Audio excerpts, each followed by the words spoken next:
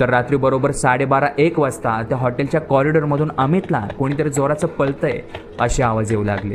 त्यामुळेच तो झोपेमधून उठून रूमच्या बाहेर डोकावून बघतो आणि साहजिकच आहे त्याला त्या कॉरिडॉरमध्ये कोणीच दिसलं नाही। मग हा आलेला आवाज कोणाचा होता आणि हा कशाचा होता याच विचारात तो डोकं खाजवत पुन्हा झोपी गेला। पण त्याची पुन्हा एकदा झोपमोड होते एका विचित्र आणि स्ट्रेंज आवाजाने। तर तो आवाज होता त्याच्या बाथरूम मधल्या शॉवरचा, जो की रहस्यमयरित्या आपोआपपणे चालू झाला होता। तर आम्ही त्याचे डोळे पुसत पहिला आजूबाजूला बघतो की त्याच्या मित्रांमधलं कोणी तिथे बाथरूममध्ये गेलं आहे का, पण तसं काहीच नव्हतं, कारण त्याचे बाकीचे मित्र अजूनही गाढ झोपेत होते। आणि हे पाहिल्यानंतर त्याचे डोळे आणखीनच मोठे होतात, कारण सगळेजण जर इथे आहेत तर बाथरूममध्ये कोण आहे। आणि याच गोष्टीचा पत्ता लावण्यासाठी आता तो बाथरूमच्या दिशेने निघाला। तिथे गेल्यानंतर तो बाथरूमचा दरवाजा मोठा आवाज करत ओपन झाला आणि अमित आता आतमध्ये डोकावून बघतो तर त्याला दिसतं की आतमध्ये शॉवर चालू आहे। आणि जसं तो ते शॉवर बंद करण्यासाठी आतमध्ये प्रवेश करतो त्याला एक खूपच भयानक आणि विचित्र गोष्ट जाणवते, कारण त्याला त्या बाथरूममध्ये प्रचंड प्रकारची थंडी जाणवत होती।